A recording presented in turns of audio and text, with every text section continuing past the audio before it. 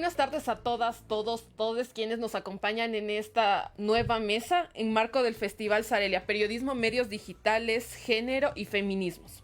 Mi nombre es Génesis Anangonó y les acompañaré durante el transcurso de esta mesa y en nombre del equipo también de Wambra, Medio Digital Comunitario y del Festival Sarelia quiero darles la bienvenida y agradecerles a todas, todos y todes quienes se han conectado. Estamos transmitiendo en vivo desde Quito, Ecuador. Acá es una tarde un poquito fría. Sin embargo, nos emociona muchísimo el tema que hoy vamos a tratar. Estaremos hablando sobre periodismo interseccional, medios digitales afroindígenas populares en la mesa de hoy. En ella abordaremos cómo el periodismo y los medios de comunicación han incorporado el término interseccionalidad. Y esto también es algo súper bueno porque generalmente las discusiones que se mantienen con respecto a este concepto están vinculadas al activismo y por ende su uso e importancia también se deslegitima y produce un desconocimiento generalizado sobre la interseccionalidad. Pero bueno, para no extenderme más y conversar también a fondo, tenemos invitadas de lujo que nos acompañan desde diversos territorios. Esta tarde nos acompañan Kimi de León, de Ruda, Guatemala, Charo Núñez, de Medio Blogueiras Negras de Brasil, Edilma Prada, de Agenda Propia de Colombia, Lisset Hernández, de Caja Negra de México y Daniela Mérida, desde Argentina. Ella es de La Garganta Poderosa. La moderación de esta mesa la llevará María Moreno Parra. Ella es doctora en antropología por la Universidad de Kentucky. Actualmente es profesora visitante del Departamento de Sociología y Género de la Flaxo, de la Facultad Latinoamericana de Ciencias Sociales de Ecuador. Al tiempo es investigadora postdoctoral en el proyecto Antirracismo Latinoamericano en Tiempos Posraciales, LAPORA, de la Universidad de Cambridge. Actualmente se encuentra desarrollando también una investigación sobre la participación de los jóvenes en las protestas de octubre de 2019 en Ecuador. Sus intereses de investigación giran en torno a temas de raza y etnicidad y género, etnopolítica, estudios de desarrollo, Ecuador y América Latina.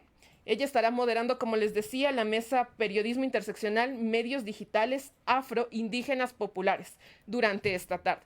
Pero bueno, sin más preámbulo, quiero darles la bienvenida a todas nuestras compañeras que nos acompañan desde diversos territorios. Y María, te escuchamos. Buenas tardes.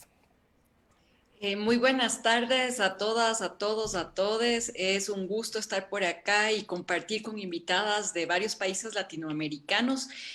Tenemos para cada una 10 minutos en los que nos van a exponer sus ideas y luego haremos posteriormente un pequeño intercambio entre quienes están asistiendo también a esta mesa. Quería empezar entonces por Kimi de León, que es guatemalteca, mestiza, feminista y directora de la agencia de noticias Kilómetro 169, prensa comunitaria y editora en revista Ruda. Kimi también es historiadora y fotógrafa. Bienvenida, Kimi, adelante. Bueno, muchas gracias y buenas tardes a todas, todos, todes.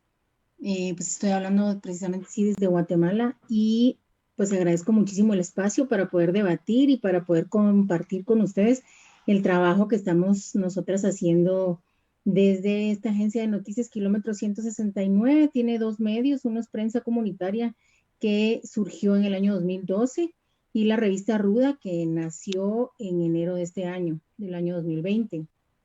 Y asumimos el desafío de hacer esta propuesta política, teórica, metodológica y periodística en plena pandemia.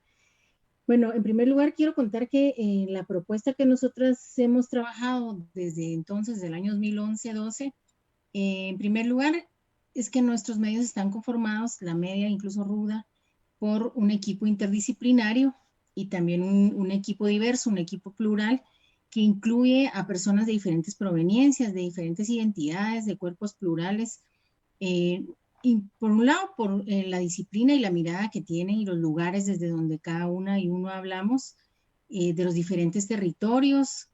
Algunas personas hablan y hacen su propuesta de trabajos de las ciencias sociales, el periodismo, desde la propia experiencia comunitaria. Y también es un equipo de diferentes edades y experiencias.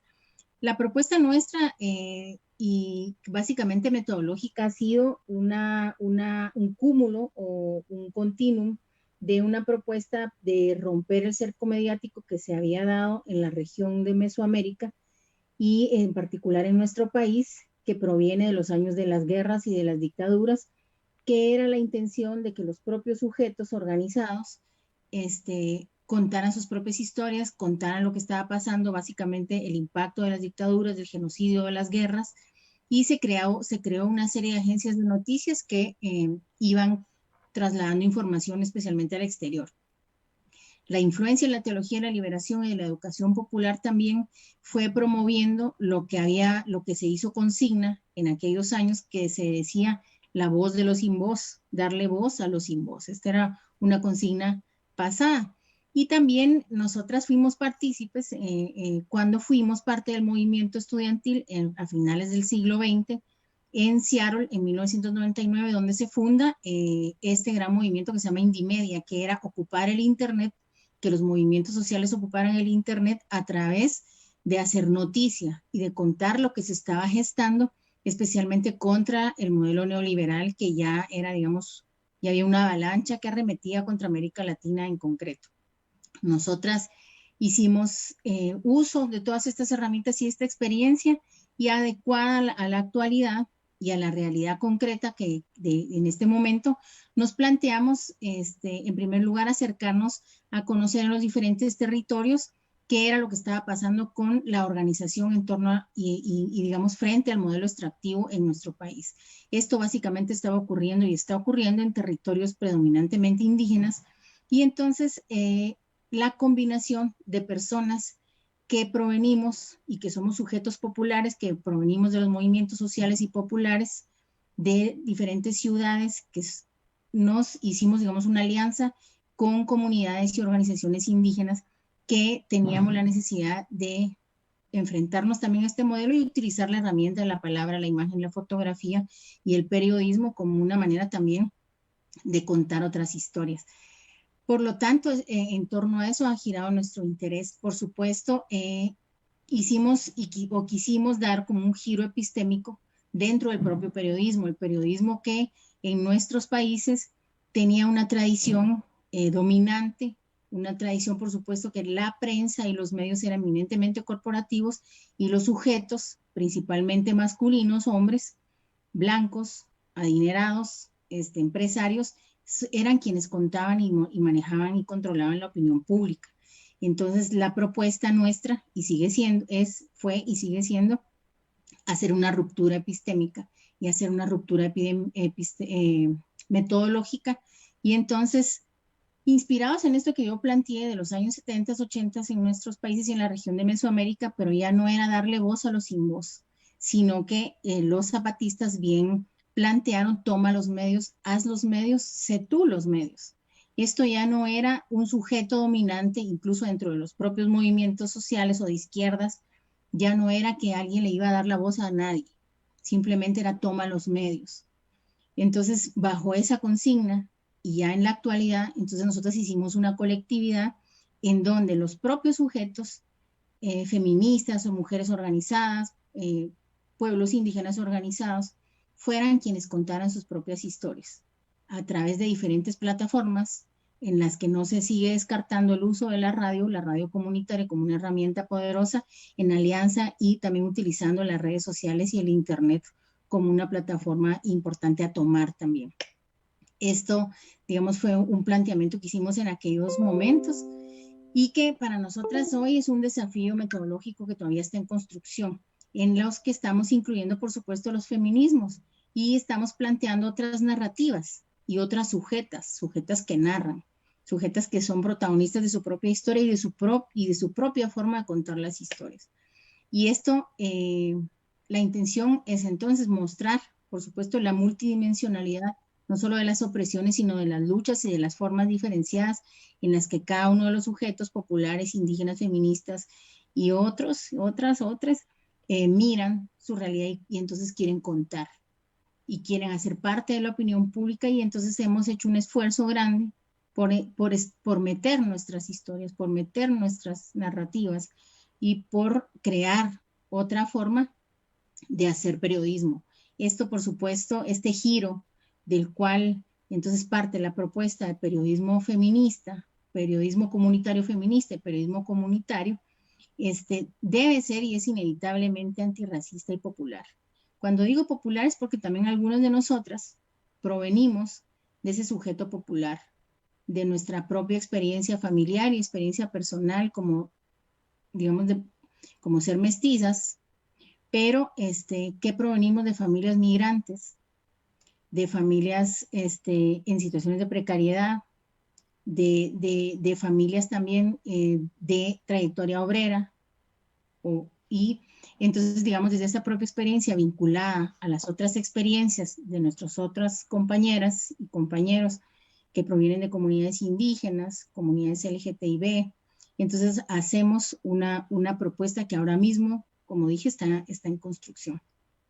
El análisis de las opresiones, por lo tanto, es un desafío permanente para evitar, en este caso, tener una mirada dominante del periodismo, y esa es la propuesta de ruptura que nosotros estamos planteando y estamos llevando a cabo o estamos construyendo. Y esta posibilidad de hacer esta ruptura y de crear otra forma de conocimiento también es colectiva. Es una manera también de mirarnos en colectividad, y también por eso la propuesta de feminismo, de adscribirnos al feminismo comunitario, de hacer periodismo comunitario, porque para nosotros la colectividad es un recurso, y que ahora en la pandemia lo vimos y lo reforzamos, es un recurso que nos plantea el desafío de la organización, el desafío de hacer periodismo y el desafío del autocuidado. A partir de la situación difícil que vivimos especialmente las mujeres y los pueblos indígenas en países de América Latina, donde no solo el modelo extractivo avanza, sino también las definiciones y las formas que el heteropatriarcado va cobrando sobre nuestros cuerpos y las violencias cada vez más agresivas, más frecuentes y más masivas contra nosotras. Entonces, hay ahí un desafío, y por eso nosotras también, además de definirnos ya teórica, metodológicamente, desde nuestra media como periodistas, como investigadoras, también nos definimos como activistas, por supuesto, y nos hacemos la pregunta, ¿cómo vamos nosotras a contribuir como periodistas feministas también a la destrucción del heteropatriarcado? ¿Cómo vamos a nosotras a reconocernos y a contribuir sin dejar de reconocer a las otras, sin dejar de reconocer a las otras como iguales, las otras a los otros y a los otros? Entonces, este planteamiento que además, digamos, aunque el movimiento feminista y diferentes feminismos críticos latinoamericanos, feminismo comunitario, el feminismo radical de la diferencia, los feminismos lésbicos, decoloniales, han planteado ya bastantes herramientas teóricas para eso, los periodismos, el periodismo feminista o el periodismo en general, creo que son propuestas o apuestas nuevas que tenemos que ir incorporando, como dije, en nuestros marcos metodológicos y en la propuesta política, y que además el desafío es que sea atractivo para nuestras audiencias. En nuestro caso, la mayoría de nuestras audiencias, en el caso de la revista Ruda, son mujeres jóvenes, tanto de las provincias como de la ciudad. En el caso de prensa comunitaria, la mayoría de nuestras audiencias está en las provincias, también la mayoría de la audiencia es joven. Entonces hay no solo un desafío metodológico, epistémico, teórico y político, y también cómo llegar cada vez más, y cómo además tener un espacio dialógico entre los sujetos organizados, las sujetas organizadas y el medio, en el sentido de que el medio no tiene tampoco un poder de control de opinión pública, sino que tiene un espacio de diálogo entre los sujetos organizados, que también hacen suyo el medio, trasladan información, reciben información, y entonces ahí radica también nuestra propuesta. Y por eso estamos en la construcción de la propuesta, en este caso para RUD, de periodismo feminista comunitario, que por supuesto es una propuesta interseccional y que proviene básicamente de la experiencia y de la diversidad que compone nuestro equipo, y de la experiencia también que ha habido en la región de los diferentes feminismos y de la necesidad de transformar la realidad. Ahí yo querría dejarlo en principio y básicamente eso, la obligación también de repensar las teorías feministas. Como dije, hay todo un bagaje del cual nosotras echamos mano, pero todo eso también a partir de la necesidad de hacer la vinculación entre la teoría y la práctica, ir construyendo un modelo metodológico feminista del cual se nutra nuestra propuesta periodística. Muchísimas gracias, Kimi, por tus palabras y sobre todo por una relación de todos los orígenes y la genealogía de Ruda y esta invitación a tomar los medios, no ser tú misma los medios y nombrarte y posicionarte como periodismo comunista, feminitario, antirracista y popular. Y justamente por esta propuesta en construcción que mencionas entre los sujetos organizados y el medio de comunicación y el periodismo. Muchas gracias, Kimi. Vamos a continuar ahora con Sharo Núñez. Sharo es arquitecta y urbanista, está actuando como comunicadora en el movimiento de mujeres negras por la defensa de derechos humanos y hace parte del equipo de coordinación de blogueiras negras. Nos dice Sharo: existo, pienso y escribo. Adelante, Sharo, te escuchamos.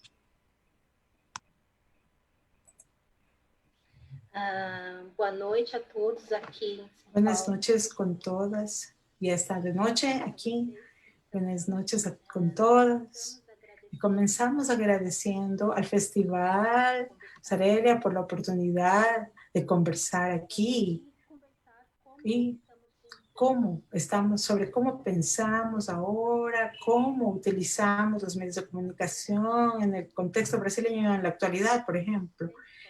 Y tenemos también un contexto histórico, tenemos que traer eso. En Blogueras Negras estábamos justamente discutiendo algo fundamental en nuestra acción que ustedes mencionaron, es cómo la comunicación se hace por las blogueras negras. Hice la reflexión, Larisa Santiago habla de que los aportes son como pensar la acción de la comunicación en la lucha negra de manera no separada. Necesitamos construir esa línea de pensamiento aquí, como ustedes citaron, porque a partir de la contribución de ella decidimos que no es posible hacerlo de otra forma. También me voy a presentar, soy Sharon Núñez y soy hija de inmigrantes que vinieron al noreste de Brasil en la década de años 70 desde Ciudad de Sao Paulo, donde nací y fui creada.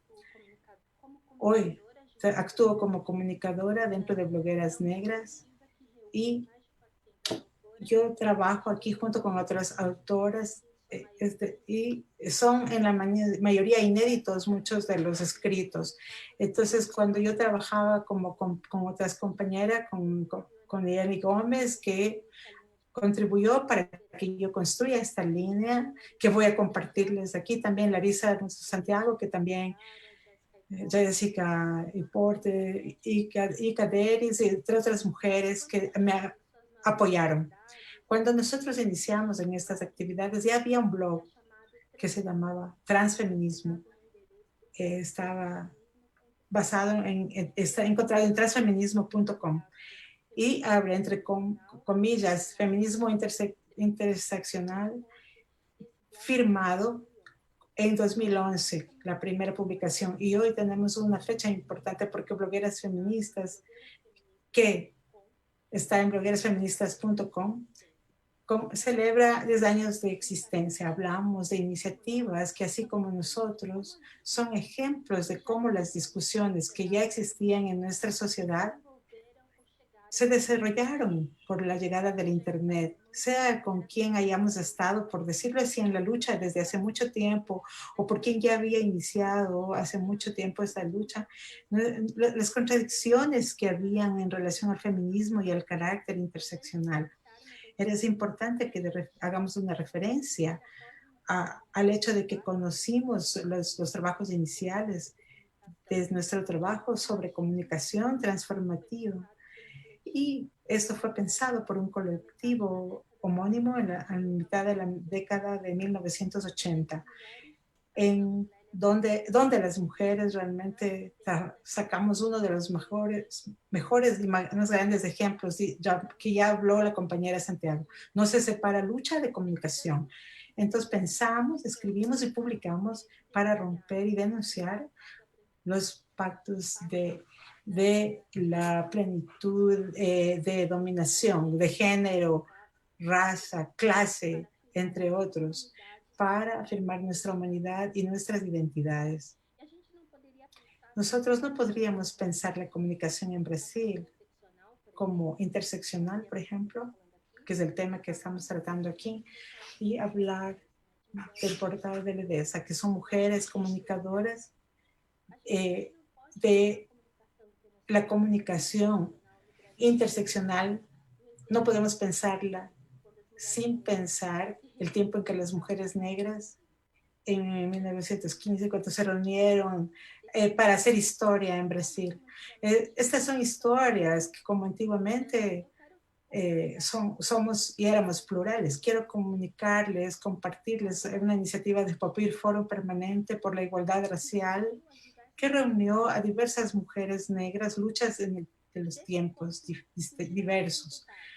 Y ahora, uno de los primeros fue un manifiesto que dice: nadie va a callar el grito por la libertad. Y el segundo trabajo es un mapeo de quiénes somos hoy, el retrato nuestro de hoy, de este momento. Y uno de los compromisos que está en el cuestionamiento de, abriendo comillas, todas las lógicas opresoras del poder de la sociedad que, agregadas al racismo, trabajan por nuestra vulnerabilidad.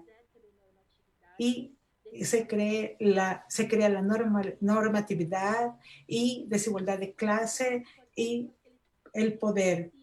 Es importante que pensemos en estos documentos porque no estamos hablando solo de comunicadores, pero quienes piensan y hacen comunicaciones y aseguran que se conserve nuestra memoria. Por ejemplo, la profesora Magales Pinto, que escribe e investiga un libro importante para nosotros, que es Los Escritos de Libertad. Ese documento reúne varias iniciativas que comenzamos en nuestra actividad cotidiana. Por ejemplo,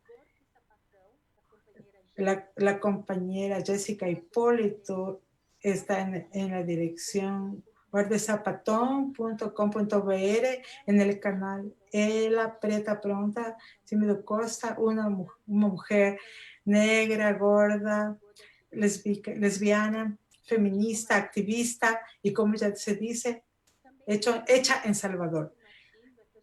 Entonces también los compañeros hospedados en la revista afirmativa.com.br, Monique Rodríguez, Eri Ferrera, Califa Mosquero, Patricia Rosa, algunas de esas mujeres que integran esa iniciativa. Bueno, tenemos muchos de otros ejemplos en un país donde se realizó el Foro Nacional sobre negras y negros y transexuales. Está hospedado en el site bondetrans.com. Para nosotros es muy importante que se repiense el género. Como hemos visto, estamos empeñados en matar personas, ¿no? Y eso no debe suceder. Me gustaría, antes de concluir mi pensamiento, hablar y decir que estamos frente a un gran desafío y que ese proceso, esas formas de hacer las relaciones no se dan como procesos que no sean contradictorios, pues siempre traen realmente muchas tensiones y se tienen que reafirmar con carácter la interseccionalidad por la cual creo estamos trabajando históricamente ya. Y también quiero hablar un poquito sobre lo que estamos haciendo ahora. Es el fortalecimiento institucional, es una fase de un panorama que cada vez más está conservador, como se dice. el fortalecimiento institucional y es también para preservar nuestras memorias. Las mujeres negras pensamos en la memoria de la comunicación hecha por mujeres negras. Nosotros nos estamos trabajando en ese tema. Agradecemos muchísimo a ustedes por la oportunidad de hablar sobre esto y también queremos invitarles a todas las mujeres negras que están viendo este diálogo aquí libre para que vengan y nos cuenten sus historias también. Y quiero agradecerles también la oportunidad de intercambiar aquí, escucharlas. Y también les invitamos para que nos acompañen en nuestra nueva empresa, que es la segunda temporada de las blogueras negras, de que vamos a dedicarnos a escuchar a comunicadoras negras brasileñas en su trayectoria histórica. Y termino diciendo que sobre todo al escuchar estoy muy atenta y quiero agradecerles por esa oportunidad de conversar y estar aquí juntas. Muchas gracias.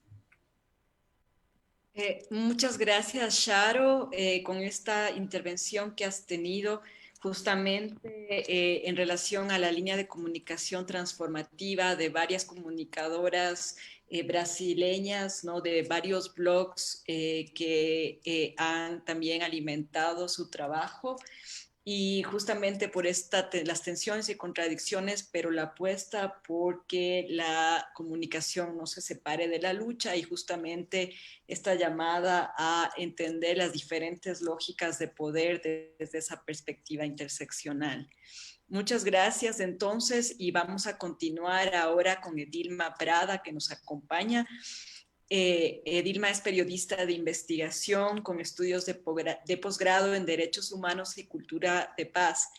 Lleva 15 años cubriendo temas de conflicto armado, pueblos indígenas y medio ambiente.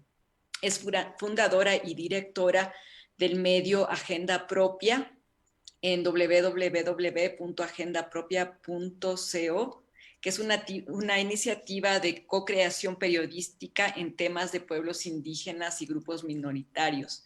Es becaria del Pulitzer Center, Rainforest Journalism Fund y es fellow de International Women #39, Media Foundation, también del programa Adelante. Ella es capacitadora de periodismo, datos abiertos y herramientas digitales de la Deutsche Welle Academy en América Latina. Bienvenida, Edilma, te escuchamos. No, muchísimas gracias. Saludarles a todas, a todos, a todes que nos siguen en América Latina y muy feliz, por supuesto, de estar en este festival y muy honrada también de esta mesa intercultural para justamente poder hablar de otras propuestas y narrativas que hacemos en el periodismo. Voy a permitirme compartir la pantalla para compartir algunas claves que son es como la ruta de trabajo de Agenda Propia. Agenda Propia es un medio de comunicación independiente, nació en el departamento del Cauca, en Colombia, en el suroccidente del país, y a lo largo de 8 años de trabajo nosotros hemos venido fortaleciendo, creando una metodología que se llama periodismo colaborativo intercultural, y lo que busca es hacer buen periodismo, pero un periodismo con la vinculación de distintas voces, especialmente de pueblos indígenas y de comunidades minoritarias. Nació en un arraigo de conflictividad muy fuerte en el marco del conflicto armado que ha azotado a Colombia durante muchos años. Luego del proceso de paz, Agenda Propia toma la decisión de mantener la línea editorial, pero ampliamos el cubrimiento a especiales periodísticos y también a enfocarnos a fortalecer el periodismo colaborativo intercultural en América Latina. Les voy a compartir la pantalla, por favor, les agradezco si me ilustran si la tenemos.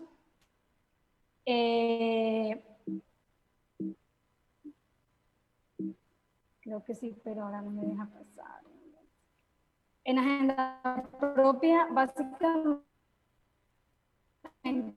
nuestros aprendizajes son colectivos. Nuestros aprendizajes que nos han llevado a seguir caminando ha sido el diálogo intercultural en las etapas del periodismo. El periodismo es muy cerrado. Yo vengo a hacer periodismo fuerte, duro de investigación, y el periodismo se desarrolla en la mayoría de las veces desde espacios muy en solitario. Aquí hemos intentado abrir, digamos, algunas fases del periodismo para que en la construcción tengamos otras voces, y esas voces son justamente la de comunidades indígenas y distintos actores de la sociedad civil. En el aprendizaje también llevamos a tener un alcance en América Latina, generar más espacios de co-creación de la red Tejiendo Historias. Pongo el tema de autosostenibilidad como un aprendizaje para este tipo de iniciativas de medios, porque sigue siendo un trabajo fuerte lograr sostenibilidad para poder ejercer, digamos, el periodismo de manera independiente y, por ejemplo, una proyección para mantener estos temas en la agenda periodística a nivel, en este caso, de Colombia, pero y también de América Latina. ¿Cuáles son las claves para construir historias interculturales que las hemos venido construyendo con un grupo variado de colegas indígenas, no indígenas, mujeres, hombres, los pueblos en la región, editores, creativos también participan en el equipo, desarrolladores, analistas de datos?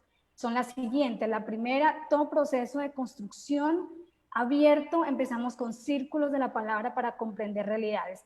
En los círculos de la palabra, Agenda Propia invita a sabedores, mujeres, sabios, jóvenes, para que nos ilustren sobre lo que está pasando en sus comunidades indígenas o en los distintos territorios. Hacemos una agenda dialogada para definir los hilos o enfoques temáticos, le llamamos hilos a los temas que Agenda Propia decide construir o decide reportear cuando, digamos, se activan estas salas de redacción plurales. Nuestro trabajo también impulsa la apertura de datos, el acceso a la información, y por ello construimos bases de datos para analizar contextos y hechos. Usamos los que ya existen en las entidades oficiales, pero también nos intentamos construir esos datos que aún faltan, especialmente en los territorios indígenas o en zonas muy apartadas. Recorremos los territorios, por supuesto, para sentir a las comunidades y profundizar en las historias. En este momento de pandemia, nuestro trabajo ha sido más en establecer contactos más cercanos con redes de comunicadores que están en las comunidades para poder hacer nuestro periodismo y, por supuesto, no llegar a las comunidades en contextos como el que estamos viviendo en este momento.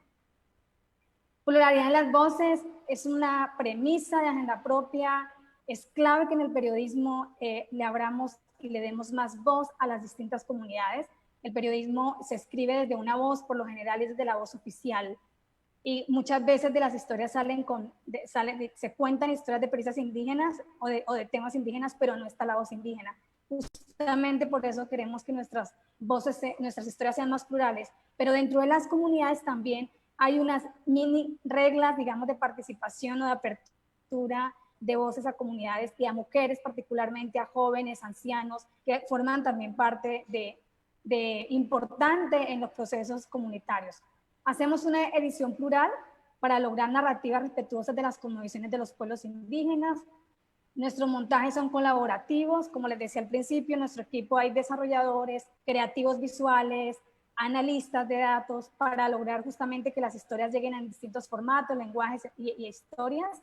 Y hacemos finalmente, se cierra el círculo de la construcción periodística que propone Agenda Propia, con una difusión participativa para compartir y motivar y volver al diálogo. Empezamos con un diálogo de la palabra y cerramos con un diálogo sobre las historias que producimos con webinar ahora, pero también hacemos mucho espacio de trabajo con las comunidades. Y que esperamos que ojalá también la pandemia, muy pronto el contexto nos permita volver a ejercer este trabajo más de manera, digamos, presencial. Esa es la experiencia de Agenda Propia. Esto adicional en nuestro proceso, para cerrar, tenemos una red que se llama la Red Tejiendo Historias, es un espacio de diálogo en América Latina, más de 180 personas, tenemos un canal de comunicación, por ahora de alguna manera muy informal, pero lo que hacemos es juntarnos periodistas indígenas, periodistas no indígenas, para simplemente explorar qué está pasando en las comunidades, compartirnos contactos. Hay una comunicación importante de lo que pasa, por ejemplo, en Brasil, o lo que pasa en Guatemala, en México, en Colombia. Los colegas que hacemos parte de esta red también nos enteramos de los trabajos que hacen los colegas y también tenemos contactos cercanos de lo que pasa allí. La red es un espacio que ahora funciona en WhatsApp, va a tener unas movilizaciones importantes en nuestra página web. Así que los invito a ustedes en esta mesa que hagan parte de la Red Tejiendo Historias para tejer, básicamente es tejer un diálogo, tejer comunicación y por supuesto hacer periodismo. Yo digo que el periodismo es el periodismo que se hace bien, es el periodismo que se hace contrastando fuentes, que se da apertura a las distintas voces y también vinculando estos distintos saberes, los saberes de los pueblos, ya sean indígenas o comunidades afro, comunidades campesinas, y también el periodismo tradicional, el de datos, el de nuevas narrativas, y esto es lo que promovemos en Agenda Propia. Cierro con decir que nuestro equipo lo integramos, la mayoría somos mujeres de distintos pueblos, de distintos conocimientos, y entre todas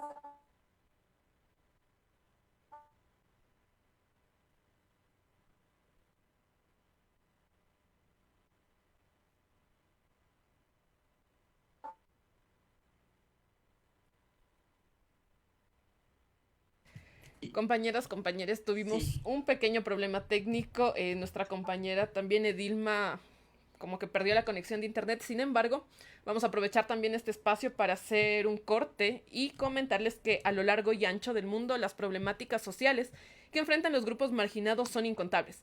Machismo, racismo, xenofobia, homofobia, transfobia, clasismo y apenas tocamos la superficie.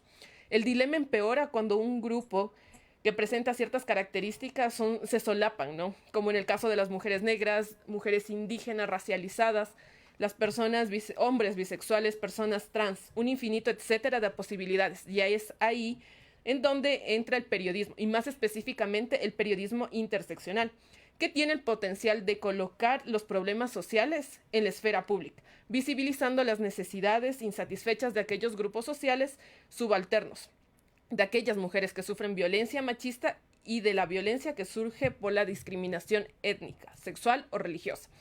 Teníamos la participación de nuestras compañeras de Agenda Propia de Colombia, blogueiras negras de Brasil, y también estuvimos conversando, se me olvida, Ruda Guatemala, con Kimi León, ¿no? Y nos contaban que la importancia de hacer periodismo feminista interseccional desde las voces de las mujeres, porque hemos estado acostumbrados que la única forma en que los medios de comunicación y el periodismo en general aborden los temas comunicacionales es con la estigmatización, con la marginalización y hablando desde experiencias lejanas. Sin embargo, estos espacios comunicacionales nos permiten también construir nuevas narrativas en donde las mujeres, las personas racializadas, las personas disidentes, sexogenéricas también tienen una voz, tienen un espacio para narrar sus propias realidades, ¿no? No necesitamos que nadie nos dé contando las cosas, sino más bien ser una herramienta para que las comunidades, las mujeres de sectores populares, feministas, activistas sociales, lo narren,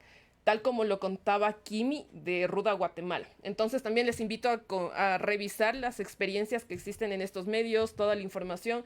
Hay noticias, crónicas, todo un abordaje enorme sobre este tema que podría servirnos y también como que para ampliar una perspectiva, ¿no? Todas estas voces son sumamente importantes porque somos varios y varias quienes existimos en el mundo y también tenemos que tener como que una conciencia de todo lo que nos rodea. En breve también vamos a estar regresando ya con nuestras compañeras para conversar con Lisbeth Hernández de Caja Negra. Esta experiencia también es de México y también tenemos a la compañera Daniela Mérida de La Garganta Poderosa desde Argentina. Son también propuestas de periodismo interseccional que están vinculadas directamente a la acción de las organizaciones sociales de la gente de sectores populares. Entonces, cuando me confirmen, volvemos también con María para que continuemos en la moderación de esta mesa. Sí. Muchas gracias, Edilma. Te perdimos por un momento nada más, pero justamente pudimos entender toda los puntos importantes de tu presentación. Justamente es muy interesante todo el tema que compartes en cuanto a la metodología con la que trabaja Agenda Propia, ¿no? Para el periodismo colaborativo intercultural y justamente la manera de dar la palabra a las distintas voces en las distintas comunidades, establecer esta agenda, esta apertura hacia los datos, hacia la información, poder recorrer los territorios y poder trabajar con redes de comunicadores en los mismos. Muy importante, claro, la pluralidad de voces en las comunidades y las mini reglas de participación y también estas conexiones con redes que nos mencionabas. Entonces, muchas gracias y vamos entonces a continuar ahora con Lisbeth Hernández. que ya nos acompaña también. Lisbeth es periodista, editora y fotógrafa independiente mexicana, es lesbiana, fundadora de Caja Negra. Como reportera y fotógrafa se ha centrado en movimientos sociales, derechos humanos, feminismos, agenda LGBTI+, arte y cultura pop. Desde 2013, Lisbeth ha hecho una cobertura de las movilizaciones y acciones feministas y LGBTI más en Ciudad de México y Edomex principalmente. Ha dado talleres de periodismo feminista en México y El Salvador. Estamos muy contentas de tenerte acá, Lisbeth. Te escuchamos. Hola, muchas gracias. Me da mucha alegría compartir este espacio con todas las compañeras que me antecedieron y quienes siguen, y estar de vuelta en el Festival Sarelia, al que le tengo mucho cariño. Y quisiera empezar también trasladando un poco y aprovechando el espacio que tengo para hablar de cómo se ha configurado y cómo nos hemos cuestionado de qué manera abordar otras historias en Caja Negra, que ahora está viviendo una etapa de transformación. A raíz de varios procesos que hemos traído, este año lanzamos y publicamos nuestra manifiesta, Colectivizar para resistir, sostener, crear e imaginar. Y uno de los ejes de esta manifiesta tiene que ver precisamente con situar un proceso y una posición, digamos, ideológica y también personal, en la que reconocemos también que tenemos que saber situarnos de mejor forma ante las cosas que estamos viendo. Es decir, no es que recientemente las personas indígenas, las personas negras, las personas disidentes de la sexualidad recientemente adquirieron voz, la han tenido siempre. Sin embargo, de alguna forma, las estructuras y los sistemas bajo los cuales estamos regidos y regidas, pues nos han hecho tener unas posiciones pues bastante hegemónicas, excluyentes, problemáticas, ¿no? Invisibilizando las historias de ciertas poblaciones. Y nosotras, a raíz de esta nueva transformación, dijimos, bueno, también tenemos que asumir qué sí hemos hecho y qué no, en ese sentido, de manera más explícita, y asumimos una agenda y una postura antirracista a partir de diálogos y tener espacios en donde han estado compañeras como Larisa Santiago, de Blogueiras Negras, otras compañeras de distintos países como Perú, también República Dominicana, que nos han ayudado a pensar y articular más allá de entender qué es el racismo, qué hacer ante el racismo y cómo articularnos ante el racismo y ante este tipo de situaciones que son pues opresivas, y que de repente pareciera que cuando hay acontecimientos como el crimen contra George Floyd, se vuelven, hay que entrarle pues porque es la tendencia. Nosotras elegimos más que irnos a ese ámbito o desde esa perspectiva, fue como también revisar cómo estamos situándonos quienes conformamos la coordinación de Caja, cómo lo estamos hablando al interior con nuestras colaboradoras, colaboradores, y cómo y de qué manera propiciar diálogos, ¿no? Porque de repente también pasa mucho que cuando pensamos historias desde el periodismo, hay también hay posturas en donde de repente, están hablando de antirracismo o de racismo. Preguntémosle a expertos o expertas, casi siempre expertos, los de siempre, porque además tenemos estos problemas de que casi siempre cuando buscamos especialistas se piensa en hombres en muchos medios tradicionales, cuando hay muchísimas mujeres y personas no binarias académicas con muchísimas cosas que aportar. Entonces, nosotras dijimos cómo hacer y cómo generar conversación a la par de pensar cómo hacer historias. De repente también nos parecía importante que socializar esto implicaba un ejercicio de escucha. Cuando hablamos también, y está excelente, me parece formidable lo que compartió Edilma, la metodología en cuanto a su medio, a su proyecto, eso me parece fundamental. Pero otra cosa que me parece fundamental es también que tengamos interlocución con las personas que están allá afuera y que enfrentan muchas de las ocasiones este tipo de racismos o problemáticas y que les atraviesan de otras maneras que a quienes ejercemos el periodismo no. Es decir, yo soy una mujer morena y por mi piel, por supuesto que he sufrido discriminación, pero no ha sido el mismo y mi voz se ha podido escuchar de una manera distinta a la que se escucha la de mujeres de la Costa Chica de Guerrero, mujeres afro, mujeres negras que viven al sur de mi país, y entonces yo no puedo pensar que estoy en la misma posición. Tengo que poder abrir espacios para que pueda escucharlas a ellas cada vez más y que también no nos quedemos únicamente en las definiciones o en las historias anecdóticas que son problemáticas, ¿no? Y que sabemos que es importante que estén ahí, sino que apuntemos a cómo se articula el sistema que nos tiene en estas situaciones, cómo se articula el sistema que hace que nuestras vidas pues parezcan de repente desechables, más si somos mujeres, más si somos mujeres lesbianas, más si somos personas trans, más si somos personas no binarias. Entonces lo que buscamos fue hacer esto, espacios de escucha, y así surgió la propuesta de arrancar con una cobertura explícita antirracista, por ejemplo, a través de conversaciones y charlas denominadas ante el racismo, en donde las distintas compañeras que han intervenido comparten ideas también apuntando a una desarticulación de esto, porque a mí me importa también que haya un rol más activo, no nada más informativo, y esto creo que lo podemos hacer en Caja porque también nos asumimos, no somos solo un proyecto periodístico, somos también una editorial y somos también un área de aprendizaje e imaginación. Y una de las cosas que nos gusta muchísimo es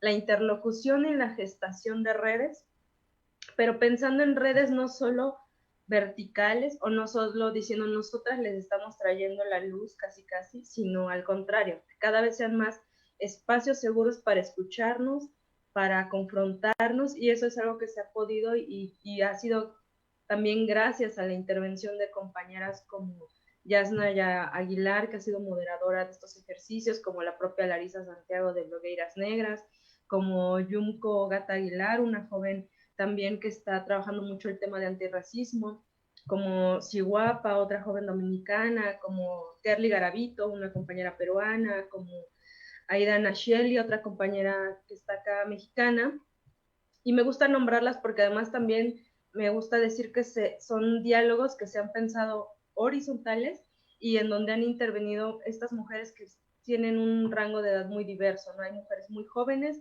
y otras pues ya con más trayectoria, y eso me ha parecido fundamental. Y a partir de eso también articulamos otro tipo de ejercicios, que fue uno precisamente con Yumko, en donde invitamos a nuestra comunidad a compartir de manera anónima preguntas que siempre han querido hacer en torno al racismo, pero no se han atrevido a formular por temor a ser pues cuestionados de mala manera o temor a que digan, ay, qué pregunta tan tonta. Entonces nosotras quisimos articular distinto y también tener pues generar conversaciones no a partir de lo que nosotras suponemos que debemos abordar, sino también de lo que las personas que no se dedican al periodismo, que tienen rangos de edades bien distintas, que viven distintas experiencias, quieren aportar. Y eso fue algo que hicimos. Y a partir de eso también hemos ido configurando otras maneras también de situarnos y también de problematizar conceptos que atraviesan a toda caja negra, como lo es lo de los feminismos, porque de repente también yo pensaba y me pregunto al escuchar a compañeras indígenas o compañeras de distintas geografías y territorios, y que para ellas la discusión del género o de los feminismos no significa lo mismo que para mujeres que habitamos ciudades o urbes más grandes. Entonces, no suponer que el que ellas no se nombren feministas las está colocando en un espectro distinto al feminismo, sino que hay que situarlas también dentro de sus territorios, dentro de sus necesidades inmediatas. Entonces se ha vuelto para nosotras importante acercarnos a esto a partir de la escucha, de la conversación y también de la reflexión muy personal, porque creo que también a veces cuando hacemos periodismo o estamos en estos medios, además de tener las condiciones que tenemos cada una de nosotras y que ya han compartido las compañeras, creo que también es fundamental situarnos en para qué estamos haciendo esto, qué queremos lograr, y una de las cosas que a mí me parece fundamental y que vamos a continuar por ese aspecto es cuestionarnos también, escucharnos también, y a partir de ahí proponer hacia dónde queremos experimentar. Creo que también es importante que estos temas se salgan de las lógicas de medios tradicionales y sobre todo cuando hay medios digitales como los que estamos participando acá, pues que nos atrevamos a experimentar más, que nos atrevamos también a cuestionar más y también a generar otro tipo de experimentos, ¿no? De repente caemos también en suponer que las personas que se viven racializadas tienen solo un tipo de vida y no, y creo que tienen distintas experiencias y como todas las personas, ¿no? Entonces para nosotros eso es lo que ha sido fundamental y para mí también algo que me gustaría escuchar a las compañeras y aprovechando que todavía me quedan unos minutitos, pues quisiera preguntarles también, ¿dónde situamos la mirada interseccional a la luz de un sistema pues como este que tenemos a un capitalista que es extractivista, que de repente parece que nos quiere desvincular de cosas y que todo se vuelva solo de nichos? ¿Cómo atravesar eso y gestar y apoyarnos entre nosotras? Y pues bueno, eso es algo de lo que quería compartir. Muchísimas gracias, Lisbeth. O sea, nos cuentas cómo han puesto en el centro también esta agenda antirracista con caja negra y también el tema de la escucha, ¿no? De una escucha hacia una diversidad de mujeres en México. También ese reconocimiento de las diferencias entre una persona morena, una persona que en cambio viene de la Costa Chica. Sí, y también este tema de no solamente proporcionar información, sino abrir espacios para el aprendizaje, para la creatividad, espacios seguros para justamente el intercambio y la escucha que propones. Y muchas gracias por la pregunta que nos haces a todas las compañeras. Podemos entonces después conversar entre todas. Muchas gracias, Lisbeth. Y ahora vamos a dar la palabra entonces a Daniela Mérida. Daniela nos acompaña desde Argentina. Ella es comunicadora de Villa Fátima en la ciudad autónoma de Buenos Aires. Daniela, bienvenida y te escuchamos. Adelante, por favor. Por favor, prende tu micrófono. Hola, justo me conecté cuando dijiste mi nombre, se me fue el wifi, se ve los datos y nada, me conecté con otro celular. Muchísimas gracias por la invitación, es la primera vez que participamos de este encuentro que creemos que es bastante importante, sobre todo desde donde partimos nosotros y nosotras como organización. La Garganta es un medio de comunicación villera, es nuestra herramienta comunicacional de la organización que es La Poderosa, que labura en los territorios desde hace más de 16 años, comenzando acá en las villas de Capital y se fue extendiendo con lo que es la educación popular, el cooperativismo, misma la comunicación, en diferentes provincias a nivel del país, y hoy en día también el mismo trabajo que hacemos desde la organización se fueron desarrollando en diferentes países de Latinoamérica, en distintos procesos, algunos nuevos y otros ya con un poco más de años haciendo el laburo que venimos haciendo desde acá, obviamente con su mirada propia, ¿no? De cada territorio. Nada, la Garganta es esto, es nuestra herramienta, nuestro caballito de batalla, decimos nosotras y nosotros, porque es también la que nos ha permitido organizadamente que comunicadores y comunicadoras de nuestros barrios seamos y alcemos nuestras propias voces. Esto de la importancia del rol de la comunicación que parten desde los territorios. Un poco escuchaba a las compañeras, nada, que es fundamental esto, ¿no? De que nosotras y nosotros en el barrio no es que no teníamos voz, sino que nunca tuvimos las posibilidades o las herramientas para poder alzar esa voz que siempre se nos ha mantenido callados. Nada, nosotros como organización hemos buscado la manera de cuál fuera la mejor manera para que eso realmente llegue, ¿no? Visibilizando nuestra realidad, ya sea desde denunciando cada violencia institucional que pasa cotidianamente en nuestros barrios, al igual que también celebrando o mostrando esa cultura barrial que no se ha perdido en el territorio, esto desde la solidaridad, desde el cooperativismo, de la comunidad a la comunidad, ¿no? Y la comunicación hace eso, la garganta hace eso, con diferentes estrategias. No sé si todas conocen a la garganta.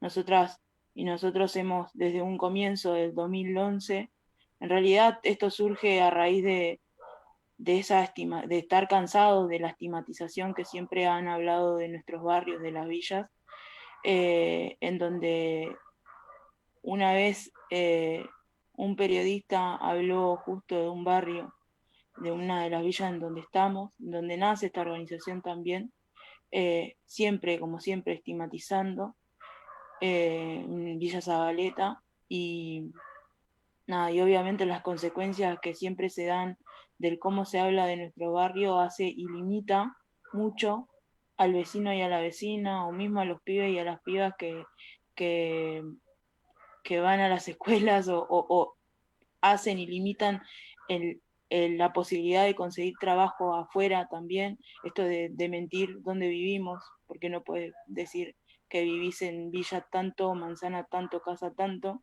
porque esas son las direcciones que tenemos en los barrios, por esa misma estigmatización.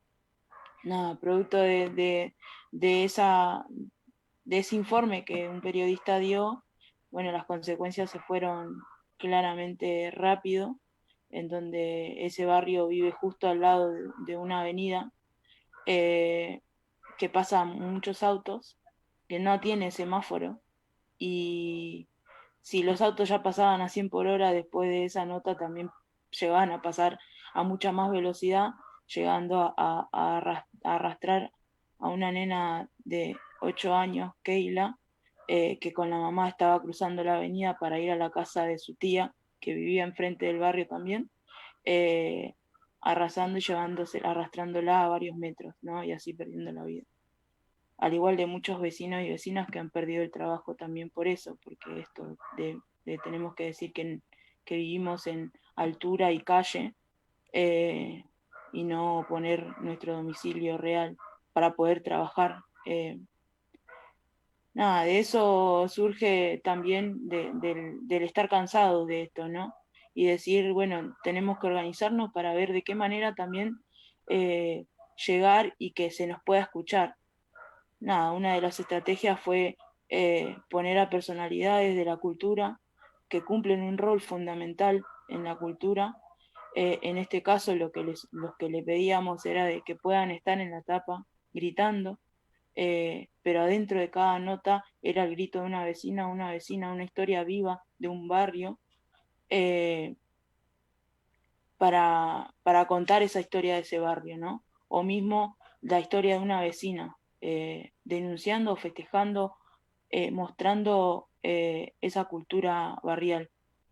Nada, han estado muchas personalidades que por suerte hemos tenido hasta presidentes, pero más allá de eso, lo que, lo que fomentamos mucho más es esto, ¿no? De terminar esa estigmatización y que las voces de los barrios sean las propias vecinos y vecinas de los territorios hablando por nosotros mismos.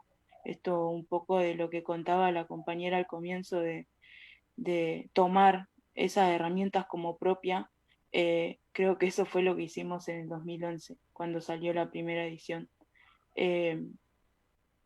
Que hoy en día ya no es ya no es una revista solamente, sino que también hemos optado por otras áreas como la radio, las redes sociales, porque cambian los tiempos también. Y nada, también pretendemos que nace como una comunicación comunitaria, pero a la vez también entendemos que la comunitaria eh, en el mundo, del sistema en donde vivimos, es lo que se pretende que siempre se haga, ¿no? Por lo menos desde los barrios.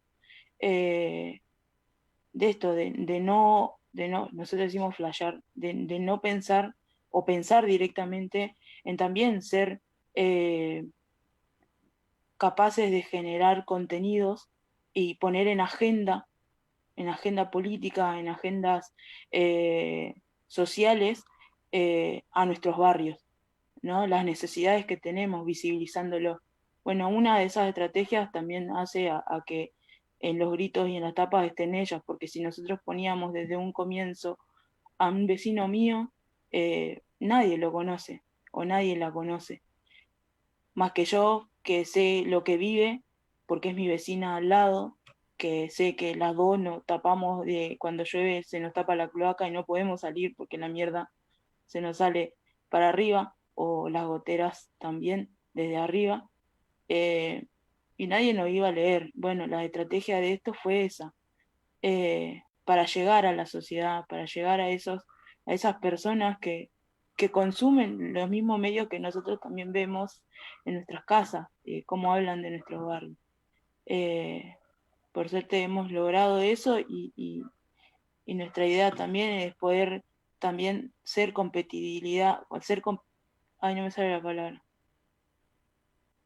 competir de cierta manera con esos medios hegemónicos que siempre han tenido esas herramientas, esos medios eh, para decir y deshacer lo que quieren, ¿no?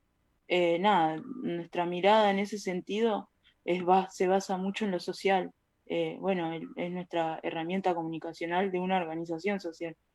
Eh, Nada, y también con respecto a la pandemia y un poco a lo que estamos viviendo actualmente, es algo que, que de una o gran medida, mejor dicho, esta pandemia ha desnudado mucho más eh, esa desigualdad social que prevalece en nuestros barrios, ya sea acá en Argentina o ya sea en diferentes países de Latinoamérica, y lo hemos visto, desde la salud, desde los accesos, eh, a nosotros nos genera esa violencia institucional desde todos los ámbitos, tanto de nuestras compañeras, de las vecinas que sufrimos violencia de género, pero no es solamente esa, sino que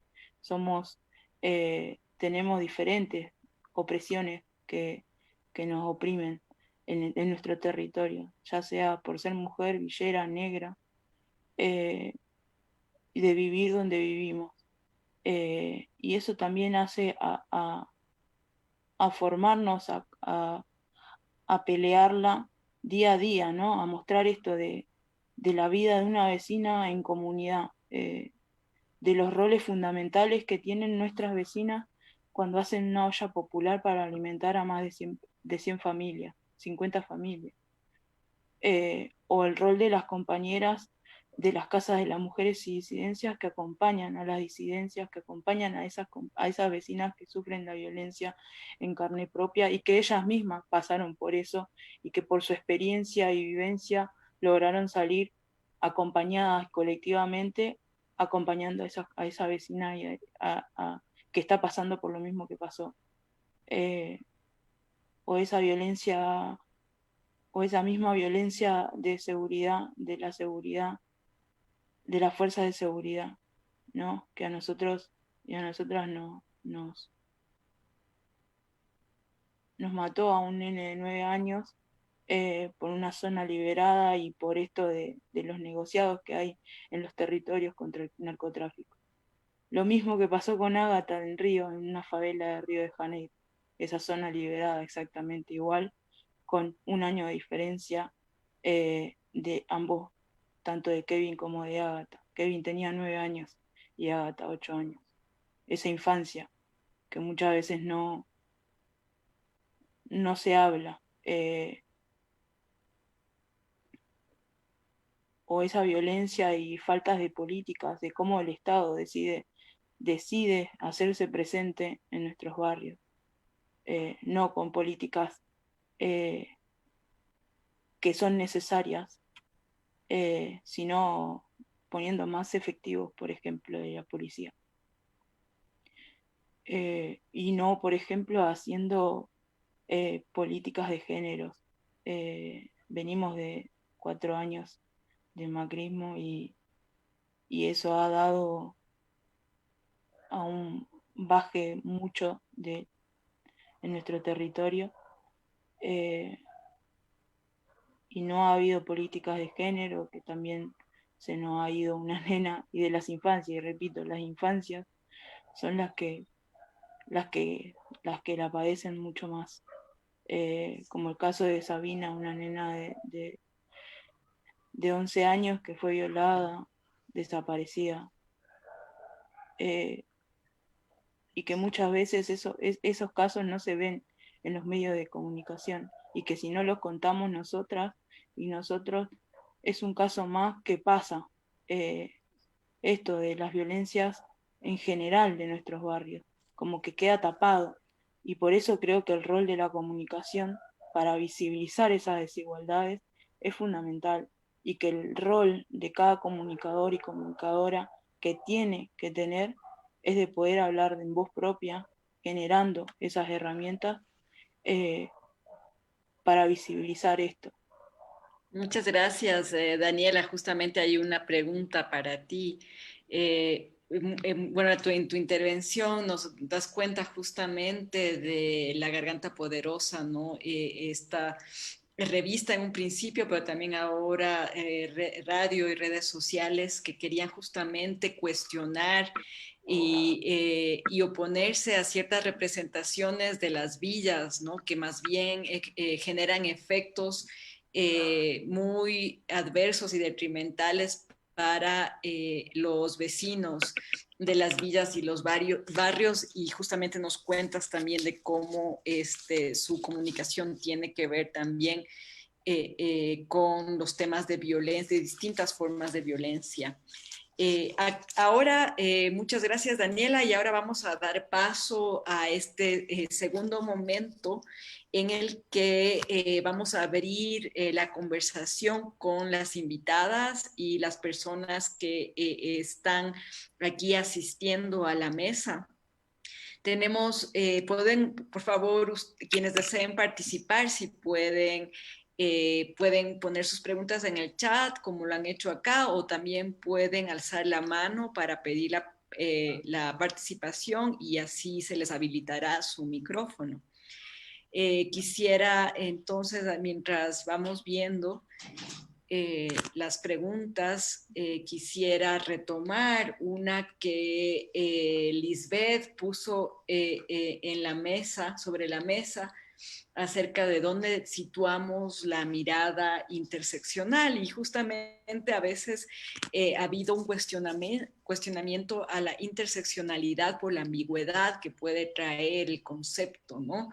Entonces, una pregunta también que quería, en la línea que Lisbeth justamente abrió, que quería yo también compartir con las invitadas, era justamente cómo entienden el tema de la interseccionalidad en su labor periodística y en los medios en los que trabajan. Mientras tanto, también hay aquí una pregunta para Daniela de Elena, y que dice cómo se protegen para cubrir el juvenicidio y la violencia policial. Adelante, por favor. Les escuchamos.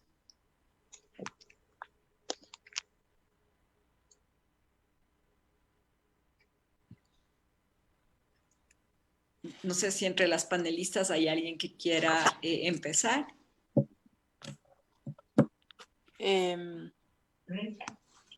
No sé si...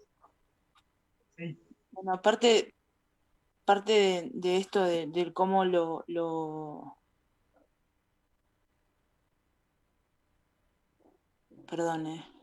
de cómo nos protegemos, ¿no?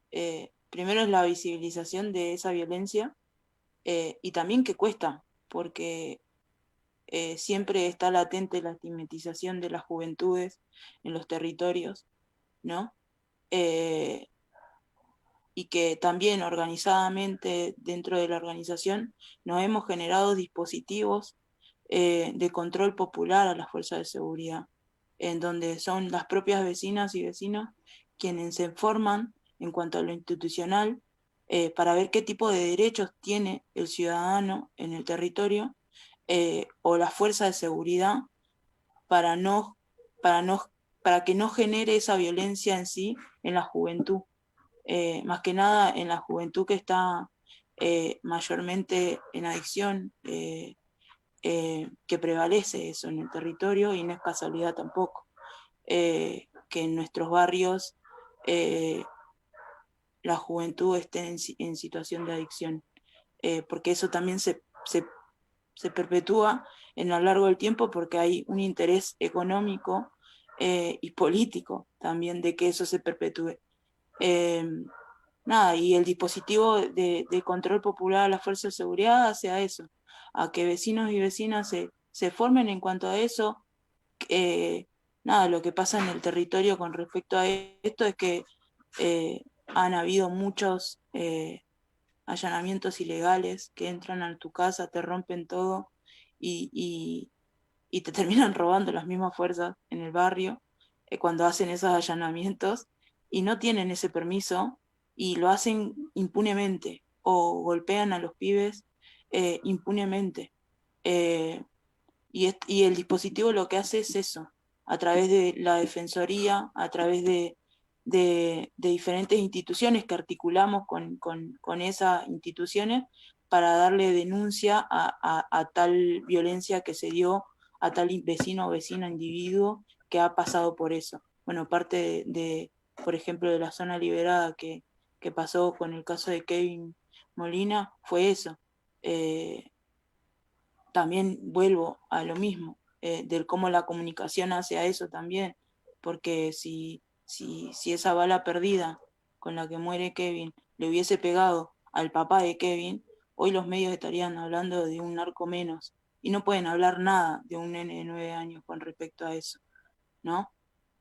Y nos costó mucho instalar eso en los medios de comunicación, y gracias a la garganta y gracias a la militancia en sí que le fuimos dando, generamos eso y fuimos viendo y mostrando esto.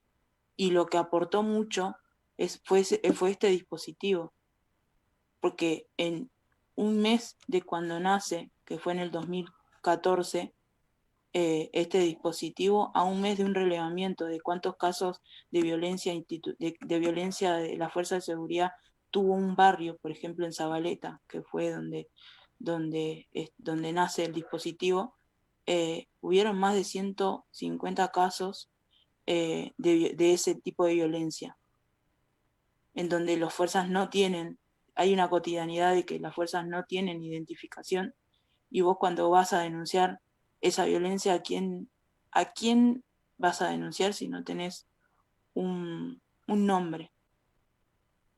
Nada, el dispositivo hace eso, a que también las fuerzas no abusen de su poder en el territorio, que es diferente a cómo accionan en otros barrios, por ejemplo.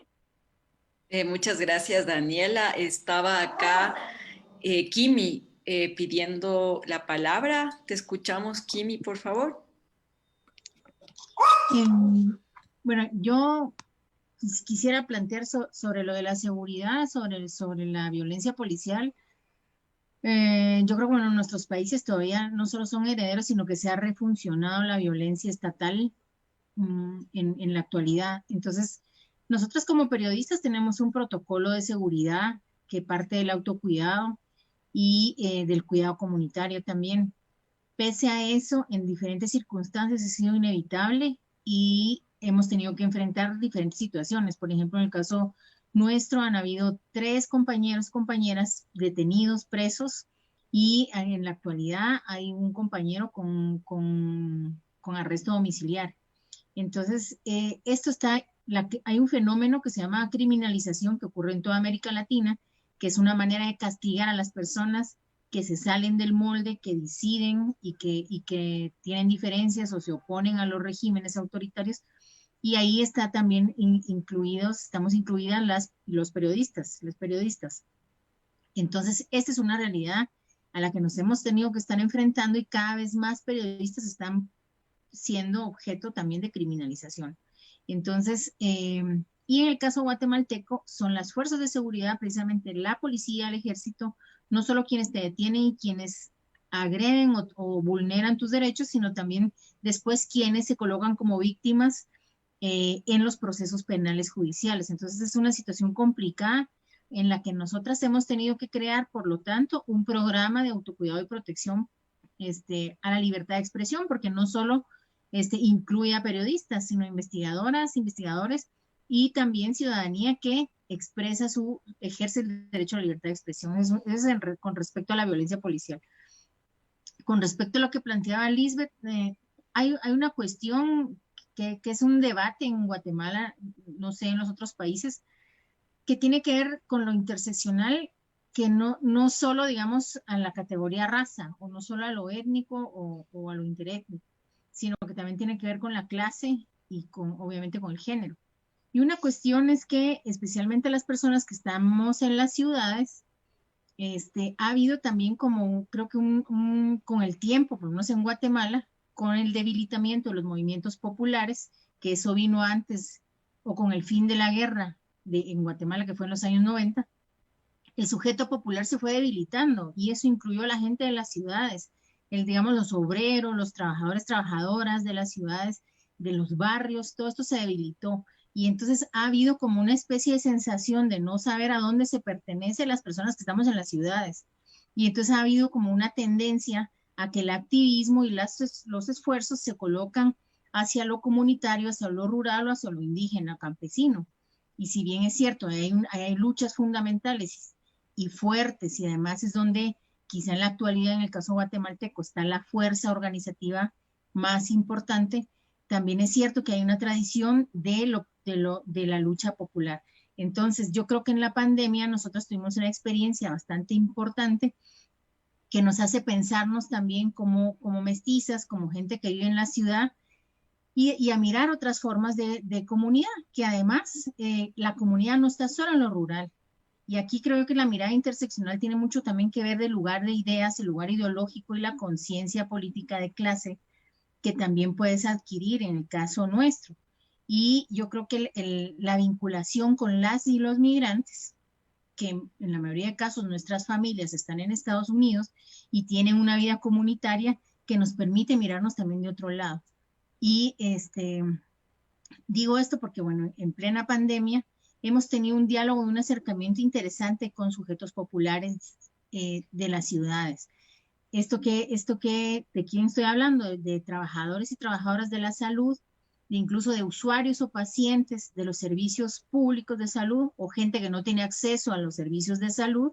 En las ciudades, la gente también se empezó a organizar en torno a la carencia de agua que hubo en la ciudad capital, por ejemplo, durante todo el tiempo de la pandemia. Trabajadoras de farmacia, del hospital psiquiátrico, por ejemplo, nosotros hemos tenido un trabajo permanente hasta la fecha con estas mujeres, con estas personas que trabajan en el único hospital psiquiátrico que hay en Guatemala. Entonces, yo creo que estos diálogos con sujetos populares que no se habían organizado sino ahora en torno a la pandemia, o que su organización fue más visible en torno a la pandemia por las demandas y los desafíos que este momento histórico nos plantea, creo que nos ha tenido también la posibilidad de establecer otros diálogos. Y en el caso de Ruda, también hay compañeras que provienen del movimiento estudiantil, jóvenes, que han puesto la perspectiva feminista también y otros debates dentro del movimiento estudiantil, que en el caso guatemalteco el movimiento estudiantil ha sido tradicionalmente considerado dentro del movimiento popular, por las demandas también, por el alza al transporte, por el alza a los servicios públicos. Entonces yo creo que estos diálogos y esas vinculaciones y adquirir conciencia política también nos hace, o nos coloca en la posibilidad de no jerarquizar también las opresiones. Creo que una de las perspectivas analíticas de la interseccionalidad también es no jerarquizar las opresiones, es decir, en las diferencias y en las nociones de cada una y su conciencia política de su ser, hace también que no nos perdamos, porque en el caso, digamos, de las clases medias bajas de donde nosotras provenimos, a veces hay un discurso de somos privilegiadas y efectivamente en algunas quizá de las características, si lo miramos desde la interseccionalidad, puede ser que hayamos tenido acceso a algunas cosas, pero provenimos de sectores empobrecidos, precarizados, ni siquiera asalariadas, y esa precariedad de lo que mucha gente cree, pues en Guatemala, mucha gente cree que es de clase media, y ahora mismo en la pandemia eso quedó evidente que ni siquiera. Entonces, creo que la realidad de subsistencia que tenemos en las ciudades, donde no tenemos agua, nos dimos cuenta que no teníamos acceso a la salud, y hubo incluso una vuelta a la utilización de la salud comunitaria, porque la salud estatal o la salud pública es inexistente. Creo que nos ha ido también permitiendo la posibilidad también de entender que los privilegios que creía tener la clase media baja no son tales. Entonces, creo que esa posibilidad de mirarnos con las otras y entendernos desde la propia conciencia de clase, conciencia política, y desde una mirada interseccional, creo que nos puede enriquecer muchísimo la mirada. Entonces, el diálogo que nosotras sostuvimos en estos momentos con las comunidades, con las sanadoras, que en Guatemala esta también es una visión bastante importante, que tuvo que ver ahorita con la gestión de la salud comunitaria, con las comadronas, con activistas, con mujeres organizadas en los diferentes territorios y en la ciudad, y no solo en Guatemala, sino incluso fuera del continente. También la mirada regional, creo que en el caso de Centroamérica y Mesoamérica es importante, la alianza y la vinculación con otras medias y con otras sujetas en la región, que también tiene una característica que se nos presenta a las periodistas feministas y alternativas. Entonces creo que la mirada local, la mirada regional y siempre la relación, en el caso de Centroamérica con Estados Unidos, porque nuestras familias son migrantes, nos puede dar una posibilidad de riqueza frente a las mujeres de los territorios, las mujeres que provienen de las luchas de los pueblos indígenas y otras perspectivas que creo que es importante que entonces nosotras consideremos en la riqueza que entonces una media feminista puede tener con todas estas voces y que provienen de lugares ideológicos distintos. Muchas gracias, Kimi, justamente por traer a colación el tema de posicionarse desde las clases populares, desde la posición en lo urbano y desde ahí cuestionar lo que se entiende como comunidad, ¿no? Y descubrir nuevas comunidades posibles en el momento de la pandemia, y también para traer a colación el tema del eje de la diferencia en relación a la migración, ¿no? Que afecta especialmente a ciertos grupos sociales, que es muy predominante en la región latinoamericana, en Centroamérica también. Quisiera saber si es que otras panelistas quisieran tomar la palabra y dar una reacción o una respuesta a las interrogantes planteadas, y si no, pues aquí tenemos una persona de las asistentes, Sinchi, que quisiera hacerles una pregunta. Sinchi, te escuchamos, Sinchi. Hola, ¿cómo están? Gracias por este panel tan interesante, que nos ha alimentado con un montón de herramientas, de conocimientos. Pues yo tengo varios puntos que he estado como revisando respecto a lo que han dicho, y que tiene que ver, uno, con la relación que tenemos con nuestras fuentes, hablando desde un enfoque periodístico, y que durante todo estas jornadas del Sarelia se ha ido repitiendo en relación a cómo incorporar la ética feminista a nuestro trabajo periodístico.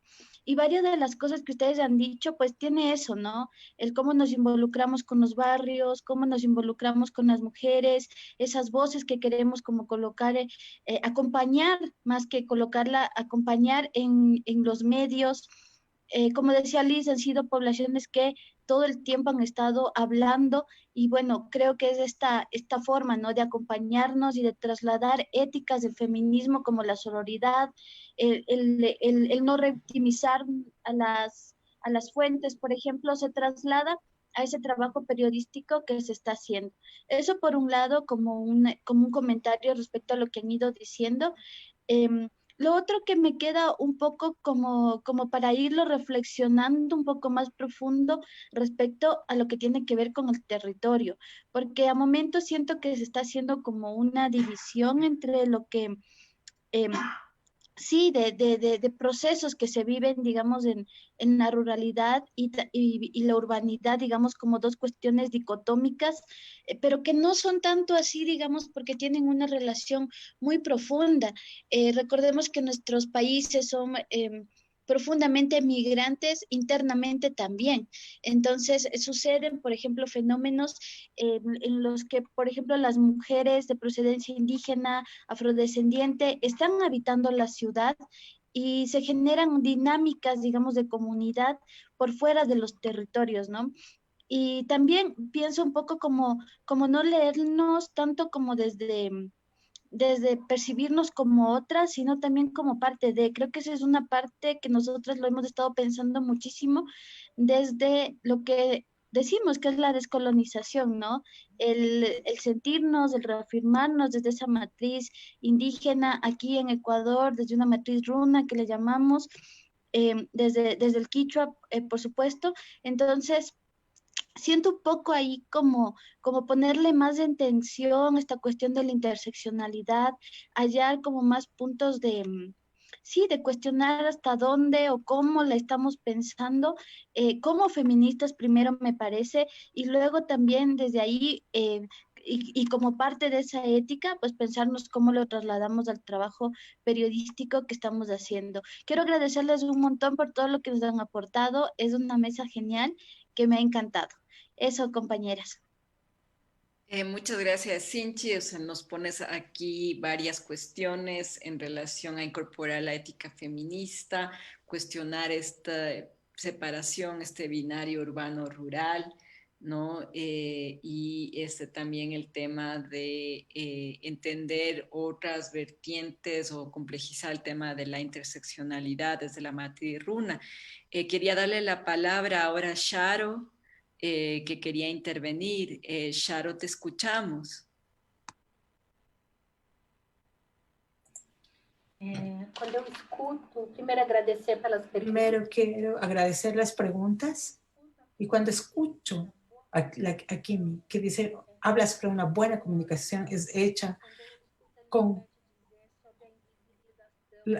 cuando Lisbeth dice sobre la invisibilidad y traer a las miradas, a las comunidades, de articulación, a través de articulación de redes, cuando se habla de la falta de comunicación y las armas de batalla y de lucha, estamos construyendo una forma de llegar al público que está acostumbrado a hablar, a intercambiar con los grandes medios de comunicación y todos estos temas de interseccionalidad, lo veo de otras formas, como integrando.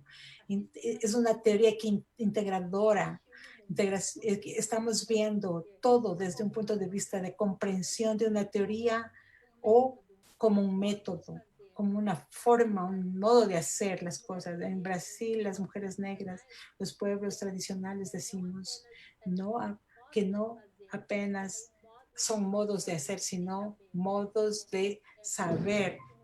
Partimos de un lugar intelectual, de un espacio intelectual. Estamos viendo las formas de cómo trabajamos la interseccionalidad en este sentido, con las miradas, sistematizar las teorías, pero también lo que nosotros llevamos dentro de nuestro propio cuerpo, de nuestra propia experiencia.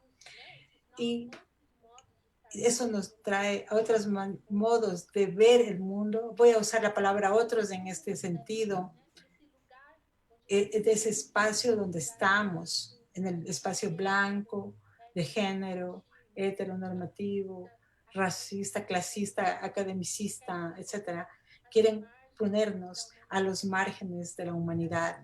Aquí en Brasil, en este momento, estamos llegando a la marca de casi 170,000 muertos, personas victimizadas por la pandemia.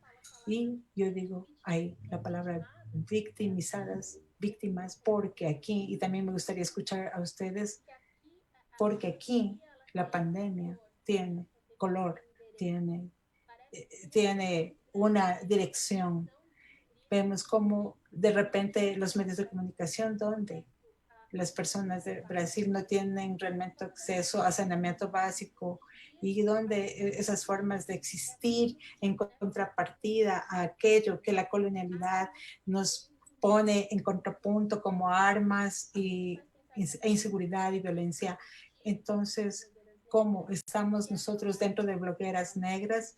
Es hablar sobre el cuidado, no sobre un lugar de seguridad, porque tenemos un mundo y una sociedad que nos pone siempre en un lugar de inseguridad, pero cómo nosotras juntas podemos cuidar unas de las otras. Y creemos también que sucede, que esto sucede según cómo hacemos las cosas. Estamos caminando en este sentido a nivel interno y estamos buscando prácticas en ese sentido. No sabemos todo, pero estamos aprendiendo y buscando todo esto. ¿Cómo hacerlo? Y también, no sé si estoy hablando cuando Lisbeth dice, bueno, vamos a ver cómo percibimos, cómo vamos a ser parte y no vistas como las otras. Entonces, como de este sentido de pertenencia también, en género, clase, sexualidad, temas de género, hemos discutido y creo que somos hermanas. Somos personas hermanas, compañeras, que somos autoras, que compartimos juntas nuestras autorías, nuestras formas de estar en el mundo y salir de la colonialidad que quiere que dejemos de existir. Y nosotros estamos haciendo lo que hacemos aquí, nosotros en esta reunión de este momento. Nosotras somos autoras de nuestras propias narrativas. Era eso lo que quería decir. Gracias. Muchísimas gracias, Sharo. Tenemos aquí un comentario y un cuestionamiento de Carolina en el chat que nos dice, por ejemplo, entrevistan a una persona indígena y de allí asumen que todas las personas indígenas piensan igual, aplanando la diversidad y asumiendo que, aunque saben que hay millones de experiencias blancas, la experiencia indígena es entonces una sola. ¿Cómo ir contra ese borramiento identitario doble y romper no solo el cerco mediático, sino encima la simplificación discursiva que se disfraza de inclusión? Pues ahí nos apunta hacia la diversidad también adentro de las diferentes categorías que utilizamos. No sé, de las panelistas, Dilma, te escuchamos. Gracias, María. Pues sobre este último comentario, también son reflexiones que desde el periodismo nos hacemos. En Agenda Propia, por ejemplo, analizando textos periodísticos publicados por distintos medios de comunicación, hay una unificación efectivamente de mencionar a los pueblos indígenas como todos en un solo concepto. Entonces, siento que también hay un desconocimiento digamos, en parte de los periodistas para entender, digamos, lo indígena. En Colombia, por ejemplo, en el último censo del DANE, cifras oficiales entregan que hay más de 115 pueblos indígenas y muchos de los colegas, incluso me incluyo también, desconocemos que cada pueblo indígena tiene una diversidad muy distinta, tiene un contexto histórico, cosmogónico, de saberes. En Colombia encontramos indígenas en el desierto, en zonas muy cerca al mar, en zonas de montaña, en la selva, que esto hace que la forma de narrarlos y de contar, digamos, las historias de los pueblos indígenas es muy distinta. Creo que en Brasil también pasa algo muy parecido, son muchos pueblos indígenas y por ello también se convierte en un reto para el periodismo. El periodismo debe preocuparse, debemos preocuparnos entre todas y todos a estudiar más estos temas pero más allá de estudiarlos, también empezar a vincular a las voces de comunicadores y comunicadores indígenas en la construcción de historias. En Agenda Propia nosotros realizamos especiales periodísticos de investigación a profundidad, y en cada especial invitamos a periodistas de los pueblos que vamos a periodistas o comunicadores de los pueblos donde vamos a contar esas historias, justamente para que a viva voz de ellos o de ellas nos expliquen esas cosmovisiones, esas historias, esos relatos que tal vez los periodistas desconocemos. Y es una manera de generar, digamos, ese trabajo colaborativo, esa experiencia de co-creación, y informar de una manera mucho más respetuosa, mucho más profunda a los pueblos. Yo me quedo solamente diciendo esto, que debe haber una crítica interna del periodismo en general, en preocuparnos por aprender justamente de la diversidad que hay dentro de cada uno de los países, por ejemplo, y dentro de las mismas comunidades, también entender esas diversidades que hay allí mismo. Solo con esos pasos tan pequeños podemos llegar, digamos, a contribuir en esto de hacer un periodismo más respetuoso de las comunidades. Yo pienso, periodista, que el papel, digamos, así sea informar, pero informarlo bien es importante. Si ya damos un paso adicional de activismo, de diálogo, eso que está maravilloso, está perfecto, pero si nuestro rol como periodistas es informar, es intentar hacerlo bien, intentar, porque también intentar hacer buen periodismo en países como Colombia, a veces la vida misma, ¿no? También es intentar investigar a profundidad, es supremamente fuerte, es doloroso, pero empezar estos caminos, estas pequeñas acciones de invitar a comunicadores indígenas, invitar a diálogos de la palabra, reflexionar y pensar cómo hacer una historia periodística es un paso grandísimo en este contexto de lo que estamos discutiendo esta tarde. Muchísimas gracias, Edilma, justo por tomar en cuenta esta última intervención de Carolina, justo esta inquietud que tenía. Quisiera saber si Lisbeth, que nos propusiste justo esta primera intervención, quisieras añadir algo. Bueno, sí, me quedan resonando muchas cosas de lo que han compartido las compañeras, y ahorita que escuchaba, o sea, como que de cada una me quedan algunas cosas, y también retomando un poco de las preguntas y los comentarios que hacía Sinchi, me quedo pensando mucho en también de qué manera estamos situando nuestro quehacer periodístico a nivel contextual, ¿no? Y cómo lo estamos situando en el lugar en el que ocupamos, porque creo que también es muy sano y muy necesario saber hasta dónde podemos, ¿no? Hasta dónde nos toca a nosotras con lo que tenemos a nuestro alcance. Creo que a partir de eso también podemos articular, y para eso son estos encuentros, ¿no? Como Sarelia, lo que yo puedo hacer y lo que puedo como reconfigurar a partir de quizá proponer una cobertura colectiva con las compañeras que estamos acá. Cómo cada una desde lo que ha aprendido en su camino, en su proyecto, podemos hacer una propuesta distinta, ¿no? Por ejemplo, se me ocurre. Y otra también, me parece súper importante lo que decía Edilma, que también nosotros tenemos como que admitir también que tenemos que estar, que la profesionalización del periodismo ya no tiene que ver únicamente con si sabes usar redes sociales o no, o si sabes configurar, o si sabes leer códigos, escribir códigos y demás, sino que también tiene que ver con cómo está transformándose y cómo está problematizándose los distintos entornos en los que estamos, a quiénes estamos escuchando, de qué manera estamos. También creo que a veces es importante delimitar cómo queremos avanzar, porque, por ejemplo, ¿no? Creo que en todos nuestros países, pues justamente las poblaciones indígenas no son bloques homogéneos, que por conocer o hablar con uno ya conoces a todos. Al contrario, viene una riqueza incluso desde lo lingüístico, que a veces ni siquiera sabemos identificar las tonalidades de esas lenguas, ¿no? Por ejemplo. Entonces viene una parte de que es de formación, o sea, de nosotras, y también de discusión. creo que también es bien interesante no dar por hecho que estamos entendiendo o asumiendo desde el mismo lugar lo interseccional, porque justamente se cruzan otras cosas de nuestras geografías, de nuestros territorios, a veces hasta de nuestras historias personales, ¿no?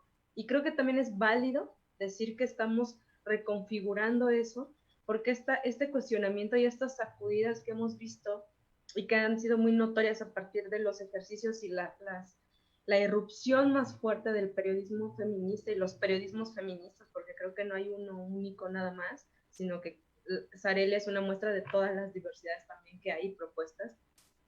Creo que también lo que estamos haciendo es de alguna manera sacudir al sistema en el que estamos, que tiene unas lógicas que ya sabemos y que nos atraviesa de múltiples formas, ¿no? Desde lo que tiene que ver con lo económico, porque a lo mejor queremos hacer muchas cosas desde nuestros espacios, en lo que tenemos, pero ¿cuántas de nosotras ya tenemos la sostenibilidad de nuestros proyectos garantizada, ¿no? Eso también determina muchas cosas y qué permite que la tengamos o no. Y a partir de eso, ¿cómo vamos a crear estos espacios también para dialogar y reconfigurar cosas y maneras de vincularnos? A mí una cosa que me obsesiona mucho es cómo nos vamos a vincular con las personas a las que nos estamos dirigiendo. Cómo integrarlas más allá de tener a un especialista o no en un panel o acudir a esa fuente para un reportaje, sino algo más, ¿no? Porque también algo que está pasando mucho es que justamente como ya hay a la mano redes sociales, las que sean, pues muchas personas, y lo hemos visto en TikTok, ¿no? Hay jovencitas que están incluso haciendo explicaciones de cosas que tienen que ver con lo comunitario, el feminismo, es decir, cómo integramos todo eso también y lo adoptamos desde nuevas narrativas, pero que nos permitan seguir problematizando todo esto otro que sigue, ¿no? Todo esto otro que nos atraviesa. Porque ahorita también la interseccionalidad, además de los parámetros teóricos y referenciales de los que hablaba también puntualmente Kimi, es también cómo estos y cómo los puede problematizar cada quien, ¿no?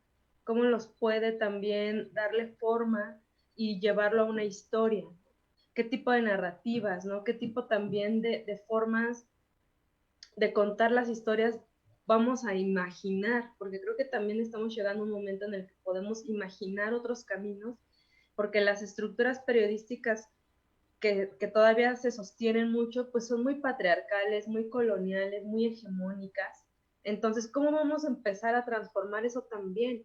Es como cuando hablábamos, o sea, yo lo pienso mucho últimamente, porque encaja además de todo, también estamos pensando en más que modelos de negocios, en sostenibilidad de la vida, más que en sistema capitalista, en economías feministas y economías solidarias y cómo aterrizarlas estas al periodismo y cómo estas nos permiten también reconfigurar la manera en que nos situamos como periodistas para interactuar con las personas, para escucharlas, para tratar también de tener márgenes desde si estamos hablando de cómo tratar las historias de afuera, por situarlo de alguna manera, de las que queremos dar cuenta, cómo también estas perspectivas interseccionales y feministas y que tengan cuidados, como lo que también hablaba Sharo, vamos a estar implementándolas también en nuestras redacciones o en nuestros espacios, porque de repente es muy habitual que en el periodismo se hable de cómo deberían ser las cosas afuera, ¿no? Y en el adentro, cómo estamos configurando eso, cómo a mí me parece fundamental que cada vez más haya periodistas, no sé, desde lesbianas, trans, no binarias, pero también negras, indígenas, o cómo se identifiquen y cómo se sitúen, escribiendo también ellas, teniendo también la posibilidad de ser quienes también den cuenta de esas historias, porque el nivel de sensibilidad es distinto, el conocimiento es distinto, y cómo integramos todo eso para reconfigurar el periodismo, ¿no? Y creo que eso tiene que ver también con qué periodismo estamos imaginando y qué periodismo queremos y qué periodismo necesitamos y necesitan nuestras comunidades, nuestras comunidades entendidas como grupos, no necesariamente por ubicación geográfica, pero estamos queriendo consolidar y también cómo hacer y salirnos de estos discursos que de repente son pues muy limitados, de que lo veíamos, ¿no? Los problemas que, bueno, ya no es el momento para entrar a fondo a ello, pero los problemas que empezó a haber cuando mujeres antirracistas empezaban a decir, pero nosotras entendemos que la participación de los hombres es importante, pero hay otro sector feminista que dice, no, pero nosotras somos más excluyentes, no queremos que haya tantos hombres, pero por otro lado están ejemplos de otras acciones en donde la participación de los hombres se entiende distinto. Es decir, hay muchas cosas a las que hay que seguir dialogando, y creo que uno de los ejes que al menos a mí me está sirviendo es pensarlo desde los cuidados.